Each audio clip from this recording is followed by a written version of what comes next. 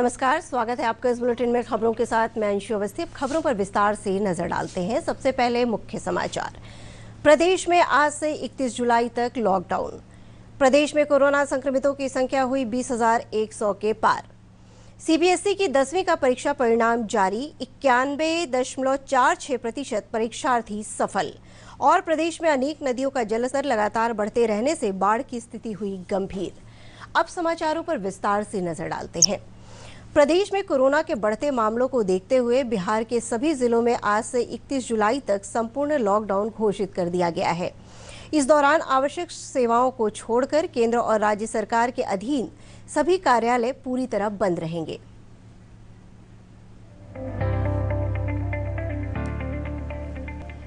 बिहार में एक बार फिर से लॉकडाउन लागू कर दिया गया है। लॉकडाउन 31 जुलाई तक जारी रहेगा। इस लॉकडाउन से कुछ आवश्यक सेवाओं को छूट दी गई है। रक्षा, पुलिस, पेट्रोल पंप, पोस्ट ऑफिस, बिजली, पानी, सिंचाई, खाद्य वितरण, कृषि और पशुपालन विभाग से जुड़ी अत्यावश्यक सेवाओं को लॉकडाउन से छूट रहेगी। इसके अलावा सभी बैंक और एटीएम खुले रहेंगे। सभी अस्पताल और स्वास्थ्य सेवाएं जारी रहेंगी। फल, सब्जी, अनाज, दूध और मछली आदि की दुकानें खुली रहेंगी। आवश्यक उपभोक्ता वस्तुओं की होम डिलीवरी होगी। होटल, रेस्टोरेंट और ढाबे खुले रहेंगे, लेकिन उन्हें केवल खाना पैक करके देने की अनुमति होगी। रेल और हवाई सफर खुला रहेगा। रिक्शा, ऑटो और टैक्सी चलेंगे। माल वाहन चलेंगे। जरूरी काम के लिए निजी वाहन का प्रयोग किया जा सकेगा। सभी कॉमर्शियल और निजी संस्थान बंद रहेंगे। सभी धार्मिक संस्थान और धार्मिक गतिविधियां भी बंद रहेंगी। सड़कों पर अनावश्यक आवाजाही पर रोक रहेगी। घर में रहें, सुरक्षित रहें।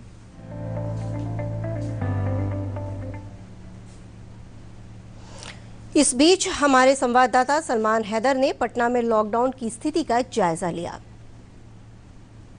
हम इस समय शहर के सबसे पुराने और प्रतिष्ठित पटना मार्केट में हैं और जैसा कि आप देख सकते हैं सामने शटर बंद है। कोई दुकानदार नहीं, कोई दुकानें खुली नहीं है और सारी के सारे शटर यहाँ पर बंद हैं। ये सामने हमारा अशोक राजपथ है जो सामान्य दिनों में काफ़ी भीड़ भाड़ भरा होता है और यहाँ रेंगते हैं लोग, चलने को छोड़ दीजिए, गाड़ियाँ रेंगती हैं। तो इस समय इसका ये हाल है कि बिल्कुल सन्नाटा है। पास में ही पटना मेडिकल कॉलेज अस्पताल है। इस वजह से थोड़ा बहुत ट्रैफिक आपको दिखेगा, लेकिन दिन भर का ये हाल रहता है कि सन्नाटा गूंज रहा है। वैसे तो पटना में कंप्लीट लॉकडाउन 10 तारीख से ही है और सेकेंड फेज़ शुरू हो जाएगा 16 तारीख से। तो आप ये देखेंगे कि यहाँ पर बिल्कुल भी भीड़ भाड़ नहीं है और लोग शायद कुछ तो डर से और कुछ अपनी जिम्मेदारी समझते हुए घरों के भीतर हैं और बाहर निकल नहीं रहे हैं, क्योंकि इस समय पटना में या कहें पूरे बिहार में कोरोना के मामले अचानक से बढ़ गए हैं। आज ही लगभग 1432 केसेस संक्रमण के आए हैं और जो इस समय संक्रमित मामलों की संख्या है वो 6000 के आसपास पहुंच रही है। सलमान हैदर, दूरदर्शन समाचार, पटना।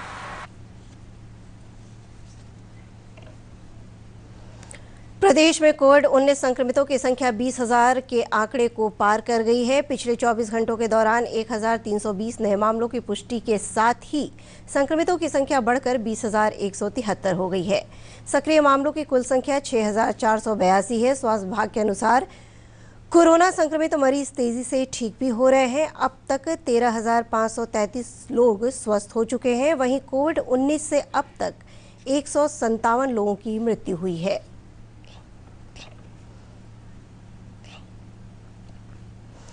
केंद्रीय माध्यमिक शिक्षा बोर्ड सीबीएसई ने 10वीं की परीक्षा का परिणाम जारी कर दिया है। सीबीएसई की ओर से जारी विज्ञप्ति के अनुसार 91.46% परीक्षार्थियों ने सफलता अर्जित की है, जो पिछले वर्ष की तुलना में 0.36% अधिक है। लड़कों की अपेक्षा लड़कियों का परीक्षा परिणाम बेहतर रहा। सीबीएसई की वेबसाइट cbscresult.nic.in या result.nic.in पर परीक्षा परिणाम देखे जा सकते हैं। प्रदेश में अनेक नदियों का जलस्तर लगातार बढ़ते रहने से बाढ़ की स्थिति गंभीर बनी हुई है। कई जिलों में अधिकारी तटबंधों की सुरक्षा का काम खुद देख रहे हैं। प्रदेश में बाढ़ की ताजा स्थिति पर पेश है ये रिपोर्ट। प्रदेश में अनेक नदियों का जलस्तर लगातार बढ़ते रहने से बाढ़ की स्थिति गंभीर बनी हुई है। पिछले 24 घंटों के दौरान राज्य के अधिकांश हिस्सों में वर्षा हुई है। सभी प्रमुख नदियों के जलग्रहण क्षेत्रों में व्यापक वर्षा होने के समाचार हैं। कोसी, बागमती, कमला बलान और अधवारा समूह की कई नदियां अनेक स्थानों पर खतरे के निशान से ऊपर बह रही हैं। पटना में गंगा नदी का जलस्तर स्थिर हो गया है, लेकिन नदी चेतावनी बिंदु के निकट पहुंच गई है। उधर उत्तर प्रदेश की सीमा से सटे अमवा खास तटबंध पर पानी का दबाव अभी भी बना हुआ है, जिसके कारण पश्चिमी चंपारण के वाल्मीकि नगर सहित अनेक इलाकों में बाढ़ का पानी घुस गया है। पश्चिमी चंपारण में वाल्मीकि गंडक बैराज से गंडक नदी में 3,15,000 क्यूसेक पानी छोड़े जाने से गंडक नदी के निचले क्षेत्रों में स्थिति भयावह हो गई है। जिले के पिपरासी प्रखंड के श्रीपत नगर गांव में नदी की धार बह रही है। अनेक ग्रामीणों ने तटबंधों पर ही अपना बसेरा बना लिया है। कुछ बाढ़ पीड़ितों ने बताया कि वे लोग 3 साल से यहां रह रहे थे, लेकिन उनका सब कुछ बाढ़ में बह गया है। सीओ कर्मचारी लिया के बस आ दिए। अब बस औले के बाद से हमको कोई सुनवाई नहीं किया। अब पहले के बाद में हम लोग का घर में पानी ढुक गया तो हम लोग भाग करके बांध पर आए। न कोनो सरकार सुनवाई कोई से 3 साल से यही में हमने तबाह बन जा और पानी सब गहिए गई। ये बार प्लास्टिक तान के ऊंचा पानी जाइयो पटी रहल बा।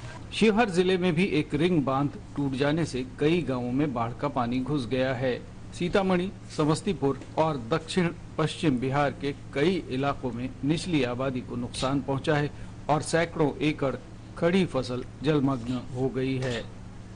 सहरसा में सलखुआ प्रखंड में पूर्वी कोशी तटबंध के दबाव से एक सड़क के टूटने की नौबत आ गई है। इस सड़क को ग्रामीणों ने अपने प्रयासों से बनाया था। इसके बाद जिलाधिकारी कौशल कुमार ने सलखुआ प्रखंड के कोशी तटबंध का मुआयना किया। वहां हो रही कटान का भी उन्होंने जायजा लिया और अधिकारियों से तटबंध को सुरक्षित करने के आवश्यक निर्देश दिए। इस दौरान उन्होंने कहा कि बाढ़ की स्थिति अभी सामान्य है और पानी का डिस्चार्ज भी देर रात से कम हुआ है। RWD और सभी प्रशासनिक पदाधिकारी थे यहाँ पे, उनको निर्देश दिया गया था कल तक कुछ बूढ़ा वूढ़ा रख के उसको डैमेज को ठीक करने के लिए, और आगे भी पानी अगर आता है तो उसको ठीक करने की व्यवस्था में सारी रखने के लिए। अभी बाढ़ की स्थिति सामान्य है। हम लोग पूरे ज़िले में अभी 70 के करीब नाव चला रहे हैं स्थानीय लोगों के डिमांड के आलोक में, और कहीं कोई दिक्कत नहीं है। पानी का डिस्चार्ज भी थोड़ा सा दराज से कम हुआ है। ब्यूरो रिपोर्ट, दूरदर्शन समाचार, पटना। आगे बढ़ते हैं। पश्चिम चंपारण जिले के बगहा दियारा क्षेत्र में बाढ़ से बांध क्षतिग्रस्त हो गया है। बाढ़ का पानी घुसने से दियारा में तबाही मच गई है। पिपरासी प्रखंड के मघौली, मछा, भुईधरवा सहित दर्जनों गांव में बाढ़ का पानी घुस आया है। लोग मवेशियों के साथ बांध पर शरण लिए हुए हैं। ग्रामीणों ने बताया कि जिला प्रशासन की ओर से कोई राहत सामग्री नहीं मिल रही है।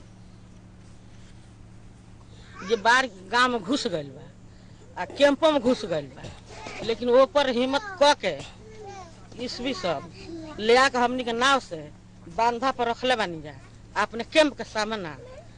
ये जा कुछ मदद करतन जो हम लोग पनियम बानी जा कुछ देते हैं। राशन पता है 2-4 से रख गरीब आदमी सब भी तीत गई बा, लेकिन वही में कुछ मदद देता वही में कतो वही में तनी मनी जकर बचल बा उहे खातन जा। बड़ी परेशानी बा हमनी के खैले पिए लगे रहले के बहुत दिक्कत बा।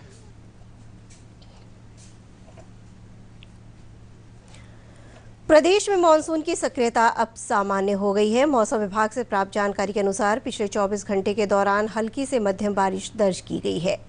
पटना स्थित मौसम विज्ञान केंद्र ने बताया कि राज्य में जुलाई महीने में सामान्य से 48% अधिक बारिश हुई है। प्राप्त जानकारी के अनुसार पिछले 24 घंटों के दौरान सबसे अधिक 74 मिलीमीटर बारिश गया के शेरघाटी में दर्ज की गई। वहीं कैमूर, पूर्णिया, नवादा, मुजफ्फरपुर, सुपौल, सीवान, कटिहार, गया और सहरसा जिले में कई स्थानों पर 20 मिलीमीटर से 40 मिलीमीटर तक बारिश दर्ज की गई है। कोरोना और बाढ़ जैसी आपदाओं के बीच बिहार वासियों के लिए एक अच्छी खबर है। पटना के दानापुर छावनी क्षेत्र में इन दिनों प्रवासी पक्षियों का कलरव गूंज रहा है। एशियन ओपन बिल स्टार्क नामक ये पक्षी सेना के सुरक्षित क्षेत्र में बड़ी संख्या में प्रवास कर रहे हैं। पेश एक रिपोर्ट।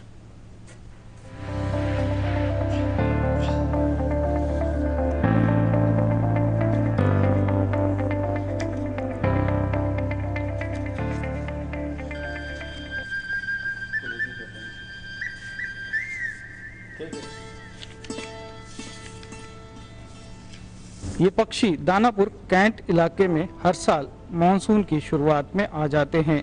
यही घोंसला बनाते हैं और अंडे देते हैं और फिर नवंबर-दिसंबर तक अपने बच्चों को लेकर वापस अपने मूल स्थान को उड़ जाते हैं। इन्हें एशियन ओपन बिल स्टार्क कहा जाता है। ये एशियाई पक्षी है और मूल रूप से भारत, श्रीलंका, बांग्लादेश और इसके आसपास पाया जाता है। राजस्थान की भरतपुर सेंचुरी में ये बहुतायत से दिखा जाता है। ये आमतौर पर नम स्थानों और नदियों के आसपास रहते हैं। मछलियों के साथ साथ इनका मुख्य भोजन घोंघा है, इसलिए इन्हें घोंघाइल भी कहा जाता है। डॉल्फिन मैन के नाम से विख्यात जीव विज्ञानी और पक्षी विशेषज्ञ रविंद्र कुमार सिन्हा कहते हैं कि ये पक्षी मानसून शुरू होते ही पटना के दानापुर में अपना बसेरा बना लेते हैं। इन दिनों दानापुर कैंटोनमेंट क्षेत्र में वृक्षों पर काफी चिड़ियों का जमावड़ा है। उसमें विशेष रूप से एक चिड़िया है जिसको लोकल भाषा में लोग घोंघाइल कहते हैं या जांघिल कहते हैं। वो दरअसल ओपन बिल्ड स्टॉर्क है, क्योंकि उसके चोंच में इस तरह का जगह स्पेस बना होता है, खुला रहता है।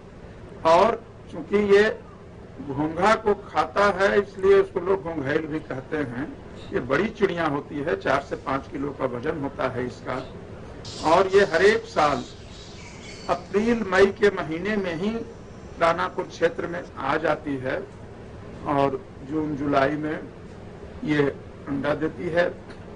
अगस्त में बच्चे आ जाते हैं और इन बच्चों को पेरेंटल केयर इतने अच्छे तरीके से ये करती हैं।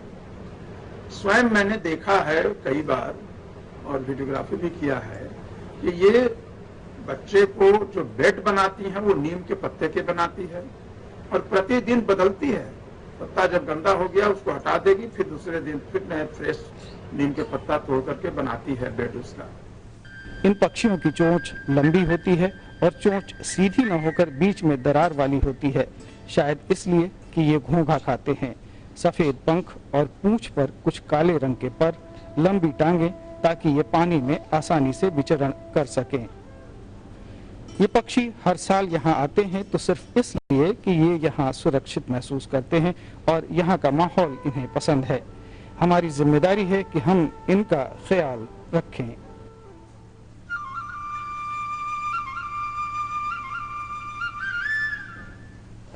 और अब अंत में मुख्य समाचारों पर एक नजर फिर से डालते हैं। प्रदेश में आज से 31 जुलाई तक लॉकडाउन।